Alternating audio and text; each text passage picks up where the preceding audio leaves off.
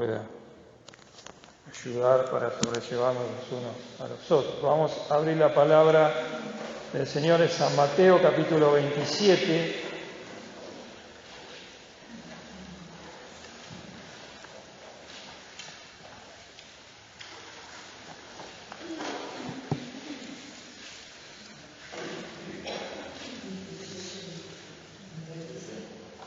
San Mateo capítulo 27, la página 39 del Nuevo Testamento.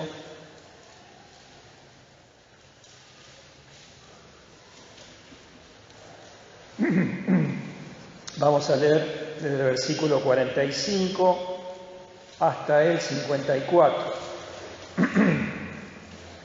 Nos toca hoy el encuentro del Señor con el centurión romano, que vio cuando el Señor dio su vida, decía verdaderamente es el Hijo de Dios, pero entre estas cosas están los hechos de la cruz, así que no podemos dejar pasar estas cosas. Esto es central para nuestra vida, ¿no? La muerte del Señor es el centro de todo, podemos decir. Así que tenemos que detener en esto. Versículo 45. Dice, y desde la hora de sexta fueron tinieblas sobre toda la tierra hasta la hora de nona. Y cerca de la hora de nona, Jesús exclamó con grande voz, diciendo, Elí, Elí, lama sabactani, esto es, Dios mío, ¿por qué me has desamparado? Y algunos de los que estaban allí, oyéndolo, decían, a Elías llama a este. Y luego, corriendo uno de ellos, tomó una esponja y la hinchió de vinagre y poniéndola en una caña, dábale de beber. Y los otros decían, deja, veamos si viene Elías a librarle. Mas Jesús, habiendo otra vez exclamado con grande voz, dio el Espíritu. Y aquí el velo del templo se rompió en dos, de alto abajo, y la tierra tembló, y las piedras se hendieron. Y abriéronse los sepulcros, y muchos cuerpos de santos que habían dormido se levantaron, y salidos de los sepulcros, después de su resurrección, vinieron a la santa ciudad y aparecieron a muchos. Y el centurión y los que estaban con él guardando a Jesús, visto el terremoto y las cosas que habían sido hechas, temieron en gran manera, diciendo, verdaderamente Hijo de Dios era este.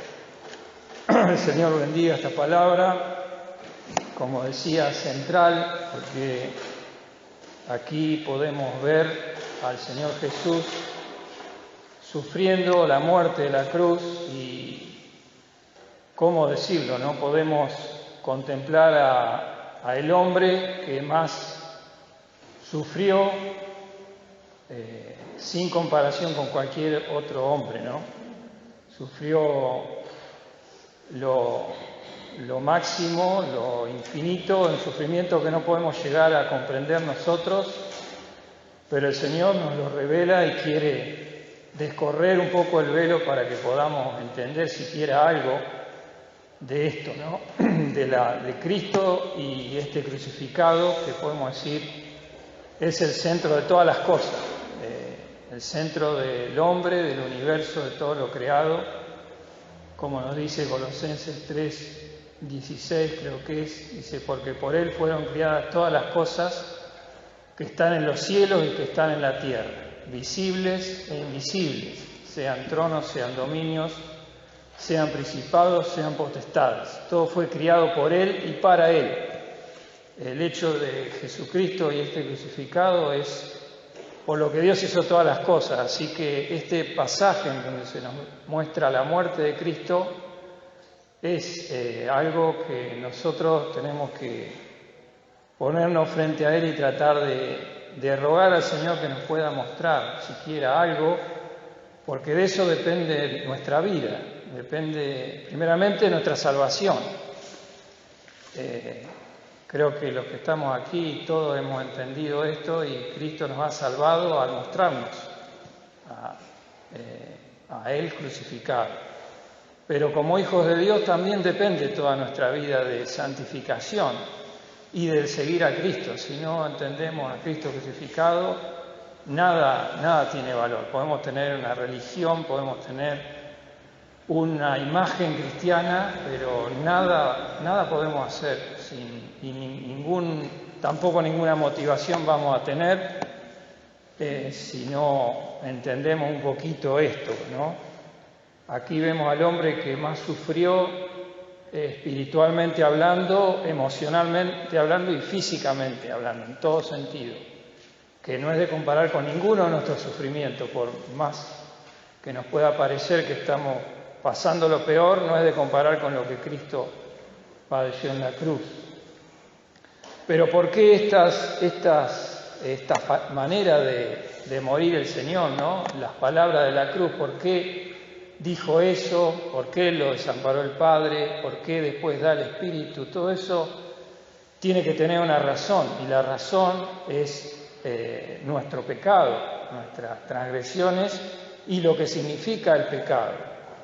Entonces, lo primero que tenemos que pensar, como dice Pablo a los Corintios, porque primeramente os he enseñado lo que asimismo recibí, que Cristo fue muerto por nuestros pecados, conforme a las Escrituras, y que fue sepultado y resucitó al tercer día, conforme a las Escrituras. Es decir, no es el hecho de decir, bueno, yo sé que Cristo murió por mí, sino que tengo que entender que las Escrituras me muestran cómo murió Cristo.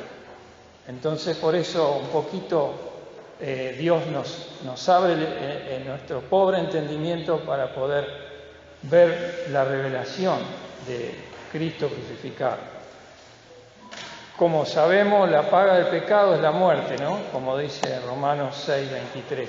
Así que por eso Cristo muere, por el pecado, que es la separación del hombre. El pecado es la rebelión contra Dios y en consecuencia la separación nuestra, voluntaria, de Dios. Entonces también Cristo tiene que padecer la separación para recibir la carga de nuestros pecados. ¿Y cómo es la condición del hombre para que Cristo tenga que pasar a esto, ¿no es cierto? Sabemos, como nos dice también en Romanos 3:23, por cuanto todos pecaron y están destituidos de la gloria de Dios. Es decir, así está el hombre para que Cristo tenga que venir a rescatarlo. Estamos destituidos, cortados de la gloria de Dios, quiere decir, siendo separados y errantes, sin saber a dónde ir, sin saber qué hacer. Entonces Dios nos tiene que rescatar de eso. Y para entender un poco más precisamente, como dice Pablo, conforme a las Escrituras, tenemos que ver qué nos pasó a nosotros, qué nos pasa, y para que después poder entender el sacrificio de Cristo. Así que tenemos que ir al Génesis, que es el origen de todas las cosas. Génesis, vamos a ir al capítulo, sin perder este pasaje, a Génesis capítulo 3, en donde ahí se nos muestra la caída, ¿no? Y la rebelión nuestra contra Dios. Dice Génesis 3, página 3. Empero la serpiente era astuta más que todos los animales del campo que Jehová Dios había hecho, lo cual dijo a la mujer: ¿con que Dios os ha dicho no comáis de todo árbol del huerto? Y la mujer respondió a la serpiente: del fruto de los árboles del huerto comemos, mas del fruto del árbol que está en medio del huerto, dijo Dios, no comeréis de él, ni le tocaréis, porque no muráis. Entonces la serpiente dijo a la mujer: no moriréis, mas sabe Dios que el día que comiereis de él serán abiertos vuestros ojos y seréis como dioses, sabiendo el bien y el mal. Así que hasta este momento el hombre estaba en perfecta comunión con Dios, pero viene Satanás a tentar al hombre, a probarlo, a hacerle pensar, reflexionar sobre lo que Dios le decía, con que Dios os ha dicho. Hasta ese momento el hombre obedecía a Dios y estaba en plenitud. Podemos preguntarnos por qué Dios permitió esto, no lo podemos llegar a entender, pero cuando yo pensaba esto me vino un texto, ¿no? Que dice: no seas vencido de lo malo, mas vence con el bien el mal. Y creo que Dios hace esto, ¿no? Vence con el bien el mal, permite el mal, pero en sus designios insondables. Entonces, permitiendo el mal, torna todo en bendición. El final es la bendición para el hombre. Entonces Dios hace esto, vence con el bien el mal. Entonces tenemos que dejar de preguntarnos por qué lo hizo y recibir el bien que Dios nos quiere dar. Entonces vemos aquí la meditación de la serpiente que le hace pensar al hombre lo que Dios le dice y después le miente, por eso el padre de mentira le dice no moriréis, y le da la posibilidad de pensar que ellos podían ser como Dios, algo totalmente irracional, pero que la serpiente, que sabemos que es Satanás, le dice al hombre para que considere. Entonces, en el versículo 6, ahí, como dice Pablo, la mujer siendo envuelta en transgresión, siendo seducida, transgrede, se rebela contra Dios y así el hombre también. Y vio la mujer que el árbol era bueno para comer y que era agradable a los ojos y árbol codiciable para alcanzar la sabiduría. Y tomó de su fruto y comió y dio también a su marido, el cual comió así como ella. Acá se rompe la comunión con Dios, porque ya el hombre es seducido y se rebela contra Dios al pensar esta posibilidad, que fue la misma de Satanás allá en los cielos. Ese querubín cubridor, que nos habla Ezequiel 14, Isaías 28, que era tan hermoso como Dios lo creó, que pensó que podía ser como Dios y se halló en él maldad, como dice. Entonces transmite eso al hombre y el hombre se rebela. ¿Y qué pasa cuando nos rebelamos contra Dios? Cuando sabemos que hemos ofendido a nuestro Creador. ¿Qué es lo que hace el hombre? Se esconde de Dios porque se siente culpable, que eso fue lo que pasó acá, ¿no? Si vemos el versículo 8, dice, y oyeron la voz de Jehová Dios que se paseaba en el huerto al aire del día, y escondióse el hombre y su mujer de la presencia de Jehová Dios entre los árboles del huerto. Eso es lo que hace el hombre hasta el día de hoy. Y por otro lado, Dios lo busca, como dice el versículo 9, y llamó Jehová Dios al hombre y le dijo, ¿dónde estás tú? Esto es lo maravilloso de la palabra de Dios, que nos parece tan sencilla, sin embargo, con dos palabras describe la situación del hombre a lo largo de toda la historia. El hombre yendo para cualquier lado, ocultándose de Dios, no buscando a Dios y Dios buscándolo. Porque Dios es amor y sabe que va a cumplir su obra. Entonces, en el versículo 8 vemos la separación del hombre. Rebelión contra Dios y separación. ¿Eso qué significa? Muerte espiritual, porque eso es la muerte, es separación. Desde ese momento el hombre está muerto espiritualmente, como dice Pablo a los Efesios cuando decía a los creyentes, ¿no? De Dios recibisteis vosotros que estabas muertos en vuestros delitos y pecados. Así está el hombre hasta que Dios no lo busca, lo vuelve a llevar a él. Muerte espiritual en el versículo 8 y también muerte física, porque la paga del pecado es la muerte. Entonces Dios, podemos decir, en el versículo 22, después está toda la consecuencia de toda la palabra de Dios para el hombre, cortado de Dios, destituido, pero en el versículo 22 dice, y dijo Jehová Dios, he aquí el hombre es como uno de nosotros, sabiendo el bien y el mal. Ahora pues, porque no alargue su mano y tome también del árbol de la vida y coma y viva para siempre, sacólo Jehová del huerto de Edén para que... porque no alargue su mano y tome también del árbol de la vida y coma y viva para siempre. ¿Qué hace Dios? Lo saca de esa posibilidad que tenía de tomar del árbol de vida, es decir, de ser inmortal. Una criatura que no iba a morir. Pero podemos pensar que esto también es un acto de misericordia de Dios, porque imaginemos cómo es el hombre, cada vez de mal en peor, y qué hubiese pasado si el hombre podía seguir viviendo eternamente. ¿Cómo seríamos?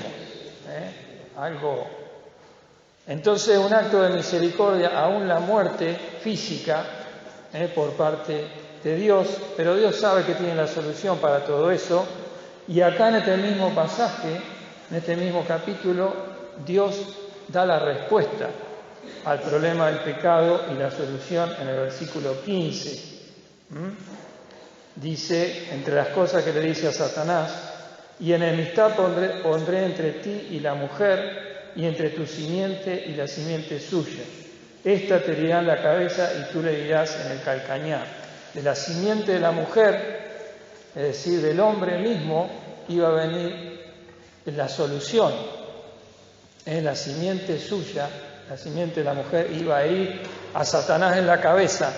Sabemos que el herido en la cabeza es muerto, Satanás iba a ser muerto, y la serpiente le iba a herir en el calcañar, que es una figura de la cruz, donde Cristo es herido, pero no muerto, ¿no es cierto?, sino vuelto a vivir. Así que acá en Génesis tenemos todo, ¿no?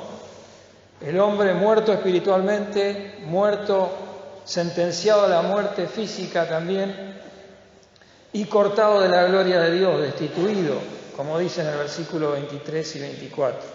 Y sacólo Jehová del huerto de Edén para que labrase la tierra de que fue tomado. Echó pues fuera al hombre y puso al oriente del huerto de Edén querubines y una espada encendida que se revolvía a todos lados para guardar el camino de la vida.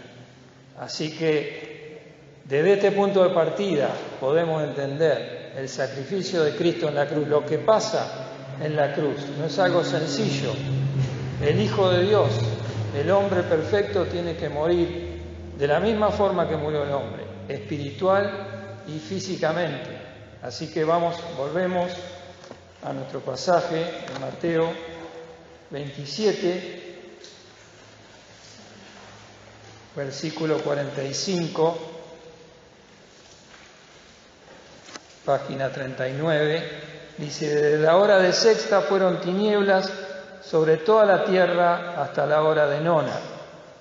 Y cerca de la hora de nona Jesús exclamó con grande voz diciendo: Elí, Elí, lama sabactaní. Esto es: Dios mío, ¿por qué me has desamparado? ¿Qué es lo que pasa acá? ¿Por qué todas estas cosas, no? ¿Por qué esa voz del Señor?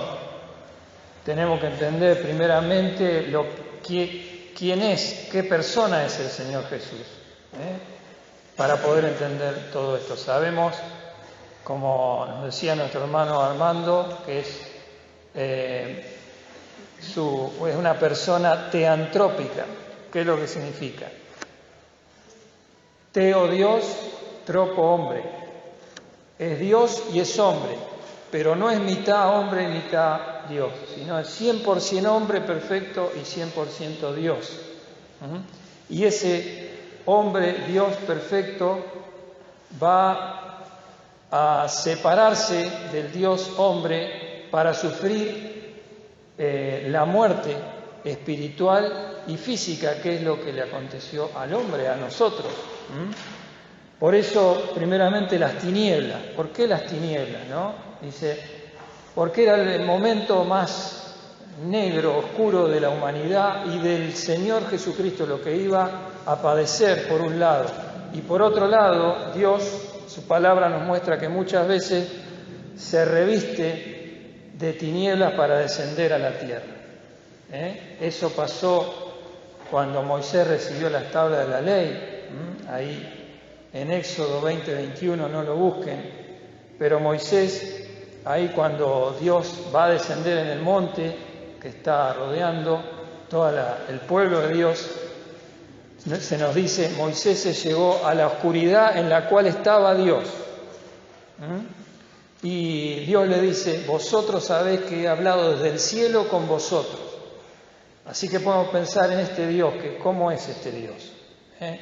Como se nos dice en en 1 Timoteo 6:16, quien solo tiene inmortalidad, que habita en luz inaccesible, a que ninguno de los hombres ha visto ni puede ver. ninguno puede ver a Dios y vivir. Entonces Dios se cubre de oscuridad para descender cuando tiene que hacer cosas muy importantes. Podemos pensar en ese hecho cuando Dios le da las tablas de la ley. La oscuridad que lo reviste a Dios hace que el hombre no muera. También Josué nos dice, cuando relata el hecho que el pueblo va a pasar por el Mar Rojo, donde Dios parte el mar, dice: Dios puso oscuridad entre los egipcios y el pueblo, y sabemos, eso también prefigura la salvación y la muerte de Satanás y todas sus huestes. No sabemos si Dios descendió ahí, pero puso oscuridad, separación para que Dios haga algo. ¿Y cómo no iba a poner oscuridad en este hecho que es el central, el hecho más importante de Cristo crucificado? Porque por Él fueron criadas todas las cosas. Así que pone oscuridad porque Dios va a hacer algo. Dios va a descender y va a hacer algo muy importante. Así que nos dice desde la hora de sexta hasta la hora de nona, que sabemos, como hemos dicho otras veces, que la hora de sexta, ¿qué hora es para nosotros? Las 12 del mediodía hasta las 3 de la tarde, la hora en que más sol hay. Así que se tenía que ver lo que iba a pasar. Ahí algunos historiadores cuentan de que hubo un eclipse importante, no recuerdo el nombre, pero esto sucedió. No necesitamos tener la evidencia histórica, pero realmente el hombre da testimonio de estas cosas, ¿no es cierto? Así que Dios, podemos pensar qué pasó en ese momento, en esas 3 horas, desde las 12 del mediodía hasta las 3 de la tarde. ¿Qué pasó con Jesucristo que ya estaba crucificado? ¿Qué es lo que dice el Señor Jesucristo? Dios mío, ¿por qué me ha desamparado? ¿Quién está ahí en la cruz? Se produce una separación entre la parte divina del Señor Jesucristo y Jesucristo hombre. Ahí queda Jesucristo hombre solamente en la cruz. Por eso dice Dios mío, ya no le dice Padre. Dios mío, ¿por qué me has desamparado? ¿Qué es lo que pasa con el Señor Jesús como hombre? Es separado del Padre. Y esto es lo que tenemos que entender, lo que significó, en alguna medida, lo que significó para Jesucristo hombre. Que Él anduvo, un hombre sin pecado, que anduvo toda su vida, no solamente este momento, sino toda su vida, en un amor perfecto con Dios, con su Padre Celestial, con el cual oraba siempre, con el cual decía: todo lo que al Padre agrada hago siempre, el Padre me ama, yo amo al Padre, y a su vez Dios le ama con todo su corazón, porque dice: este es mi Hijo amado en el cual tomo contentamiento. Así que lo que pasa en esas 3 horas es que Dios, y eso comienza en el Getsemaní, por eso la agonía de Cristo sudando gotas de sangre, que es un producto de un trauma que sucede en el cuerpo. Entonces Dios empieza a separar de Jesucristo hombre. Entonces, por eso Cristo dice en el Getsemaní: mi alma está muy triste hasta la muerte. Así que qué tristeza experimentó Cristo ahí. Nosotros a veces, yo pensaba, ¿cómo entender esto de alguna manera? Bueno, cuando nosotros nos separamos de algún ser querido, un familiar, tal vez por la separación de la muerte, o tal vez porque estamos enemistados. ¿Cuánta gente está enemistado con un familiar? Aún con un hijo, con un padre. Escuchamos a personas que dicen: mi hijo ya no existe. Cosas muy tristes, ¿no? Y eso, ¿qué significa para nosotros? Una tristeza para cualquier persona, es una tristeza muy grande. Y nosotros somos pecadores. Imaginemos la tristeza de Cristo, un ser sin pecado, que está unido a su Dios de una manera que nosotros no podemos llegar a entender.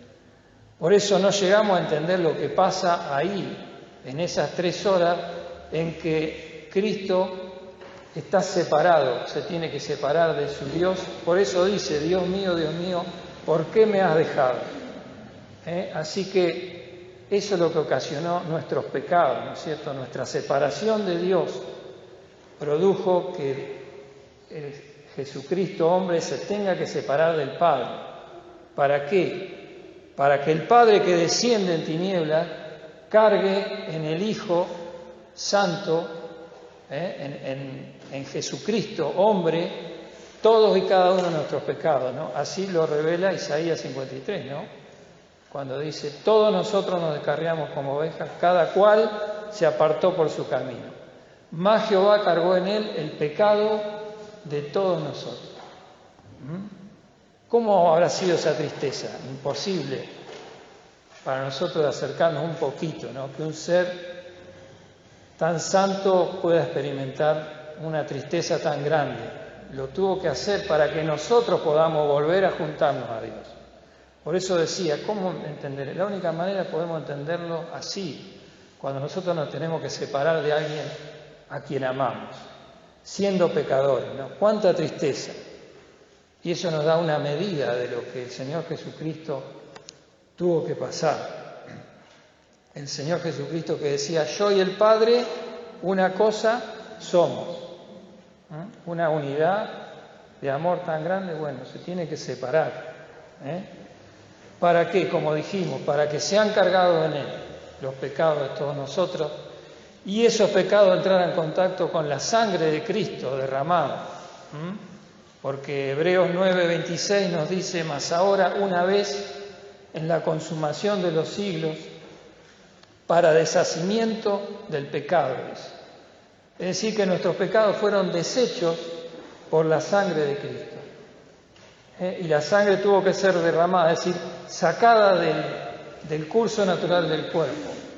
Así que, y la sangre es lo que Dios dice que ha puesto para expiar nuestros pecados, es decir, para que sea quitada la culpa. Es difícil de entender, pero así lo dice la Escritura, ¿no? Que una cosa material pueda limpiar algo espiritual como son los pecados, pero justamente porque en la sangre está la vida. Entonces Dios lo hace así. Primeramente, la muerte espiritual. Dios mío, ¿por qué me ha desamparado? La separación del Señor Jesucristo, hombre, de Dios. No del Señor Jesucristo en divinidad, porque Dios no se puede separar. El Padre, el Hijo y el Espíritu Santo es indivisible, es uno mismo. Pero ¿dónde estuvo la naturaleza divina de Cristo en ese momento? Fue separada. Es muy interesante. Hay un libro del hermano Armando Di Pardo, que muchos deben conocer, Voces y silencio del crucificado. Es muy recomendable porque ahí el hermano entra en estas cosas, ¿no? Que son difíciles de entender, pero es lindo cómo inquiriendo en la palabra el Señor nos puede mostrar un poquito, aunque sea. Y si el Señor lo muestra es porque nosotros lo tenemos que saber, no podemos entrar ahí. Así que qué precioso entender esto, ¿no? Y ahí también se nos habla de la... pensaba también la palabra que está en profeta Zacarías, Zacarías 12, no lo busquemos, pero ahí también está una profecía de lo que sucede en ese momento, en la separación que produce Dios cargando el pecado sobre Cristo, porque ahí se descarga la ira de Dios que nosotros merecíamos, se descarga sobre Cristo, ¿no? Como dice en Zacarías, levántate, oh espada, sobre el pastor y sobre el hombre, compañero mío, dice Cristo. Sobre el hombre, compañero mío, es decir, la naturaleza humana de Cristo. Hiere al pastor, dice, y se derramarán las ovejas, mas tornaré mi mano sobre los chiquitos. Para eso, Cristo ajusticia, el Dios ajusticia a Jesucristo hombre, para volvernos a traer a nosotros.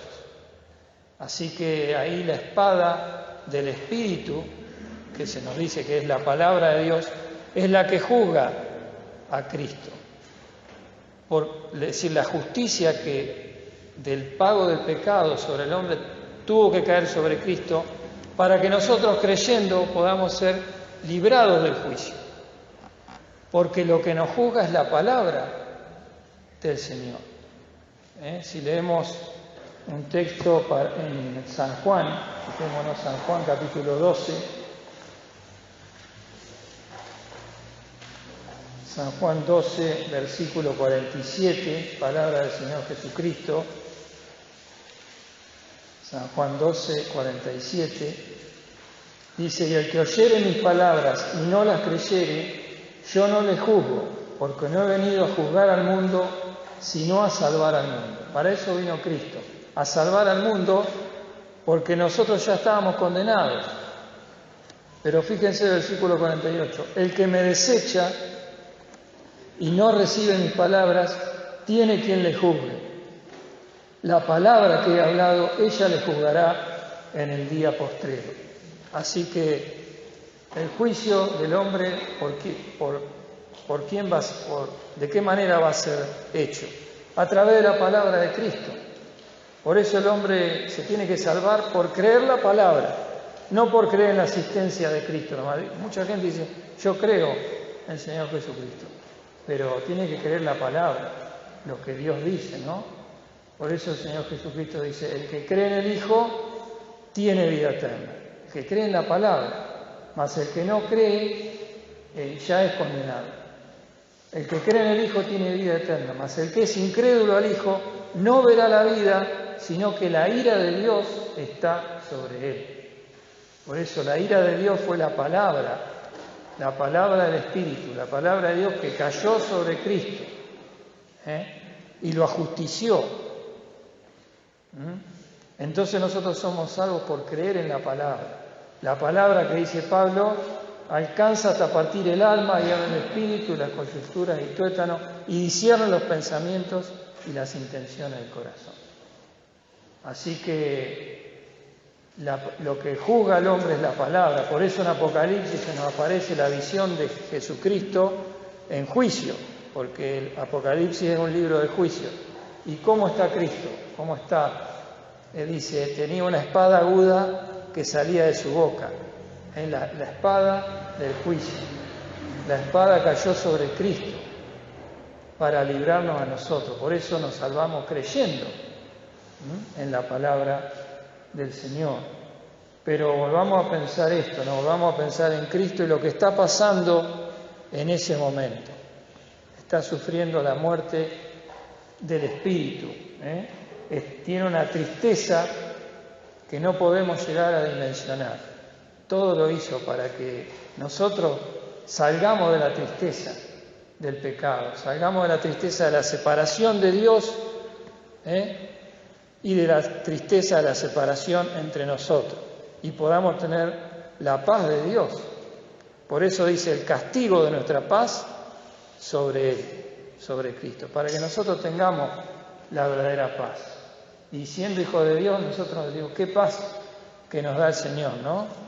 Y no lo podemos entender, pero bueno, esa paz costó que Cristo no tuviera nada de paz en ese momento, sino toda la peor tristeza, la peor angustia, el peor sufrimiento físico, espiritual y emocional lo sufrió Cristo en esas 3 horas, de las 12 a las 3 de la tarde. El Salmo 22, ahora sí vamos a leerlo, que es un salmo que nos habla de ese momento, ¿no? Escrito 1000 años antes de que esto sucediera.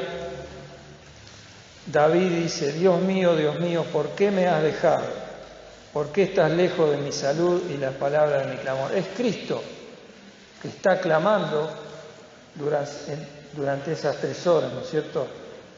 Versículo 6, mas yo soy gusano y no hombre, oprobio de los hombres y desecho del pueblo. Todos los que me ven escarnecen de mí, estiran los labios, menean la cabeza, diciendo, remítese a Jehová, líbrelo, sálvele, puesto que en él se complacía. Los detalles de la cruz, ¿no? Cuando los hombres escarnecían y decían, si eres hijo de Dios, bájate de la cruz. Todo está. ¿Cuántas cosas tenemos en este Salmo y en todo el Antiguo Testamento, ¿no? Que preanunciaba las aflicciones de Cristo y la gloria después de ella. Versículo 14. Heme escurrido como aguas y todos mis huesos se descoyuntaron. Mi corazón fue como cera desliéndose en medio de mis entrañas. Secóse como un tiesto mi vigor y mi lengua se pegó a mi paladar. Cuántas cosas padeció Cristo ahí, ¿no? Su corazón rompiéndose, derramando la sangre, y la sangre en contacto con el pecado para deshacerlo. Mi lengua se pegó a mi paladar cuando habla que le dieron de beber vinagre, no podría ni siquiera hablar. Pero ahí Dios tuvo que obrar un milagro para que Jesucristo no muriera. Solamente Dios lo sostuvo en esas 3 horas. Pero después volvemos al pasaje y hemos visto la muerte espiritual. Y ahora viene la muerte física, porque como dijimos, el hombre murió espiritualmente, pero también físicamente. Versículo 50, cuando terminan esas 3 horas de agonía, volviendo al pasaje, mas Jesús, habiendo otra vez exclamado con grande voz, dio el Espíritu. Podemos decir que esta es la muerte física de Cristo. Ahí ya vuelve la naturaleza divina, es decir, Jesucristo, Dios, vuelve después de la muerte espiritual, cuando ya deshizo el pecado, porque acá le dice Padre otra vez. Ahí está unido otra vez, como nos dice también en Lucas, después lo vamos a buscar. Pero acá vemos algo que es muy particular en el Señor Jesucristo, que Él da el Espíritu. Ninguno de nosotros puede dar el Espíritu. Cuando nos llega la hora de la muerte, morimos, no lo podemos manejar nosotros. Pero acá Dios da el Señor Jesucristo da voluntariamente su vida al Padre, ¿no? Como dice, habiendo exclamado con grande voz, dio el Espíritu. Por eso en Juan 10, 17, cuando el Señor Jesucristo dirá, por eso me ama el Padre, porque yo pongo mi vida para volverla a tomar. Dios la da voluntariamente ahí. Dice, nadie me la quita, mas yo la pongo de mí mismo. Tengo poder para ponerla y tengo poder para volverla a tomar. Así que podemos decir que Dios en ese momento el Señor Jesucristo se saca su vida y se la da, la vida humana, y se la da a Dios. Fijémonos en Lucas, pasaje paralelo de esto, estamos viendo, Lucas 23.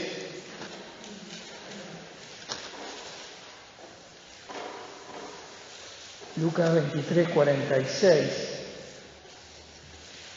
la página 100. Acá Lucas dice, entonces Jesús, clamando a gran voz, dijo, Padre, en tus manos encomiendo mi espíritu. Y habiendo dicho esto, expiró. Así que acá se nos muestra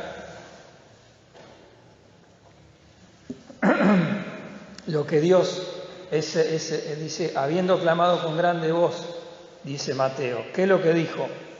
Acá Lucas lo dice, ¿no? Padre, en tus manos encomiendo mi espíritu. Es decir, se saca su vida y se la da al Padre. La muerte física. Ya pasó la muerte espiritual, ahora la muerte física. Esto también está en el Salmo 31:5, está también profetizado, ¿no? Escrito por David. En tus manos encomiendo mi espíritu. Dios revelando en el Antiguo Testamento todo lo que iba a pasar en este momento, ¿no?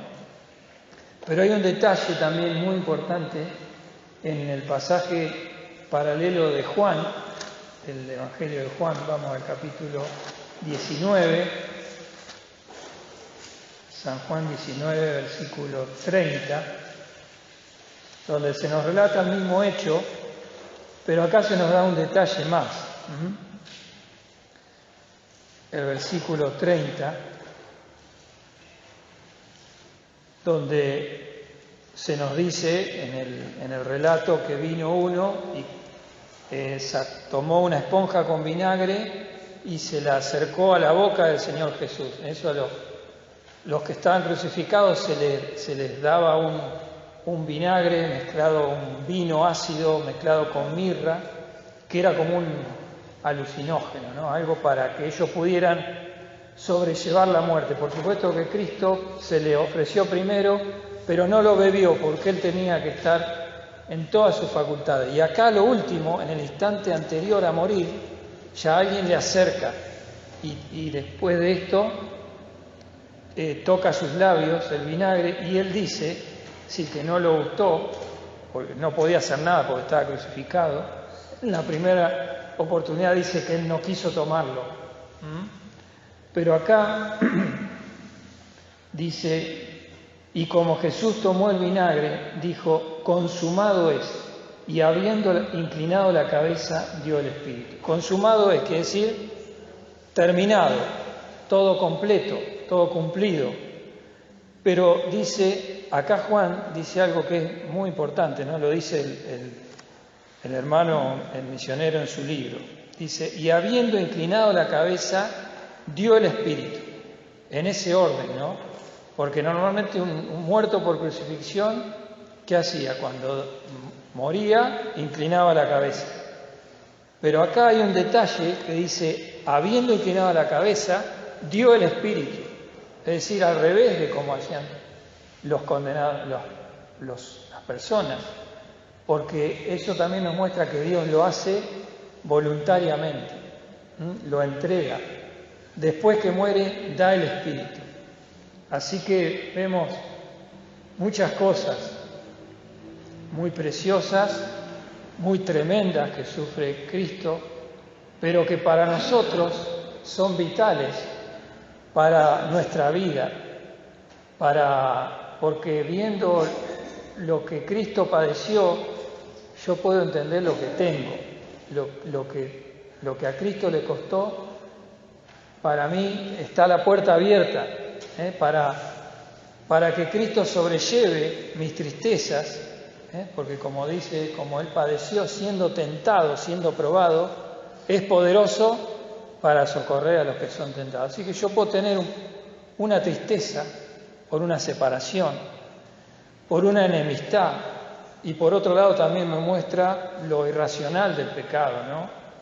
Que por qué yo tengo que estar separado de un hermano, de estar enfrentado en algo, o también cómo no puedo sobrellevar la separación si Dios está en mi corazón, si Él que todo lo soportó y lo sobrellevó y que comprende cada una de nuestras tristezas, y es poderoso para socorrerme en eso, porque Él lo sabe, Él lo conoce, mucho más de lo que lo conocemos nosotros. Entonces, por un lado pensar lo tremendo que es que estemos separados entre nosotros, teniendo este Salvador, este Redentor, lo que Él hizo por nosotros, tener el poder de Cristo para vencer eso, ¿no? Por eso el texto de Romanos que meditamos en el campamento, ¿no? ¿Quién nos podrá apartar del amor de Cristo? Si Cristo se nos revela así. Así que pensar en la muerte de Cristo nos hace entender los medios para la victoria sobre la separación que nosotros padecemos en este tiempo, este poquito tiempo separados de Dios, pero a su vez unidos en el Espíritu. Vamos a ir para terminar a Hebreos capítulo 2. Vamos a leer 2 textos, porque tenemos que sacar para nosotros la enseñanza práctica, ¿no es cierto? ¿De qué me sirve saber todo esto? No tiene que ser un mero conocimiento, sino una experiencia real en mi vida. Hebreos 2, versículos 14 y 15.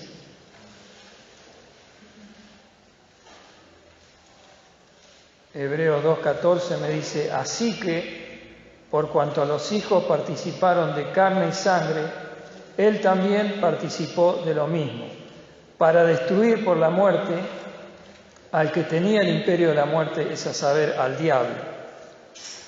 Así que eso es lo que hemos visto.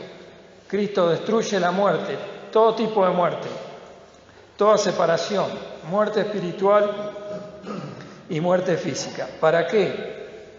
Para lo que dice el versículo 15, y librar a los que por el temor de la muerte estaban por toda la vida sujetos a servidumbre. Así que Dios me libra por el conocimiento de estas cosas, porque Dios me lo revela.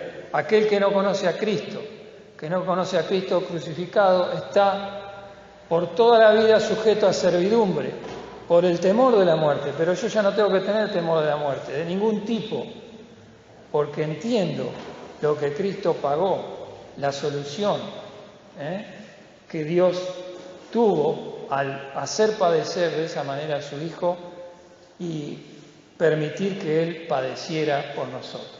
El que aún a su propio Hijo no perdonó, ¿cómo no nos dará también con Él todas las cosas? Toda necesidad, toda angustia, todo sufrimiento que nosotros podemos estar pasando puede ser suplido abundantemente por la obra de Cristo. 2 Corintios 4, y con esto terminamos. 2 Corintios 4, versículo 14, la página 203. 2 Corintios 4, 14 dice, estando ciertos. ¿Qué significa estando ciertos? Quiere decir, sabiendo. Dios nos revela su palabra para que nosotros la sepamos. Estando ciertos que el que levantó al Señor Jesús, a nosotros también nos levantará por Jesús y nos pondrá con vosotros. Así como Cristo resucitó, más adelante vamos a ver la resurrección. Nosotros sabemos que nosotros también hemos de ser levantados, no importa nuestra condición. Como Cristo fue levantado, nosotros también. Versículo 16. Por tanto, no desmayamos. Antes, aunque nuestro hombre exterior se va desgastando, el interior empero se renueva de día en día. ¿Cómo nos cuesta ver que nuestro cuerpo se va desgastando, ¿no es cierto? Que pasan los años, nos vamos deteriorando, pero acá dice no desmayamos. A veces nos preocupamos por nuestro cuerpo, ¿no es cierto? Que es bueno cuidarlo y que para tener una buena calidad de vida, pero a veces tenemos enfermedades, a veces tenemos que sufrir cosas que Dios permite para que nosotros avancemos en el conocimiento de Cristo, de la confianza en Él, para que nos ayude a sobrellevar estas cosas, ¿no es cierto? Versículo 17, porque a lo que al presente es momentáneo y leve de nuestra tribulación, nos sobra un sobremanera alto y eterno peso de gloria. No mirando nosotros a las cosas que se ven, sino a las que no se ven, porque las cosas que se ven son temporales, mas las que no se ven son eternas. El Señor Jesucristo es eterno y yo lo puedo ver. Puedo ver el sacrificio que Él hizo, lo puedo ver resucitado y puedo andar en este poquito de tiempo en alegría y con gozo más allá de todo lo que me pasa. Es fácil decirlo, pero hay que pasar la experiencia. Pero Cristo me propone esa experiencia. Estaré dispuesto a vivir por la fe todas estas cosas. Que el Señor nos bendiga. Para que cada vez que desmayamos, lo miremos a Él, lo que tuvo que padecer. Esa tristeza, esa agonía, ese sufrimiento indescriptible. Cristo lo hizo para que nosotros podamos estar completamente unidos a Él y entre nosotros. El Señor nos bendiga. Hay muchas cosas más, pero no podemos seguir. Tal vez en otra reunión podamos seguir con este pasaje. El Señor realmente nos bendiga. Vamos a participar de la cena del Señor.